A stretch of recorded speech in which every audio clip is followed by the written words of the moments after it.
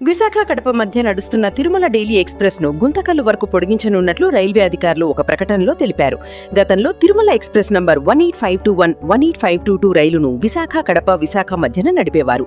అదే రైలును కడప, గుంతకల్లు, కడప మధ్య అన్రిజర్వ్డ్ ఎక్స్ప్రెస్ రైలుగా మార్చి నడిపేవారు.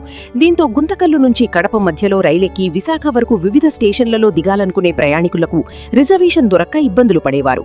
ఎలాగోలా వెళ్దామనుకుని గుంతకల్లులో అన్రిజర్వ్డ్ రైలు ఎక్కే ప్రయాణికులను కడపలో రిజర్వ్డ్ టికెట్ ప్యాసింజర్లు వచ్చి లేపేవారు. సరైన టికెట్ లేకపోతే టీటీఈలు ప్రయాణికులను రిజర్వేషన్ బోగీల్లోంచి దించేసేవారు. ఈ పరిస్థితుల్లో త్వరలో సౌత్ కోస్ట్ రైల్వే జోన్ ప్రారంభం కానుండగా కడప, గుంతకల్లు అన్రిజర్వ్డ్ ఎక్స్ప్రెస్ ను రద్దు చేసి తిరుమల ఎక్స్ప్రెస్ ను గుంతకల్లు వరకు పొడిగించారు.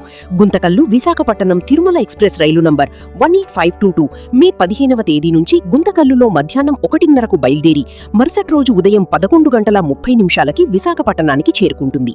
దీని తిరుగు ప్రయాణపు రైలు నంబర్ 18521 మే 13వ తేదీ నుంచి విశాఖపట్నంలో మధ్యాహ్నం 2 గంటలకు బయలుదేరి మరుసటి రోజు ఉదయం 11:30 గుంతకల్లుకు చేరుతుందన్నారు.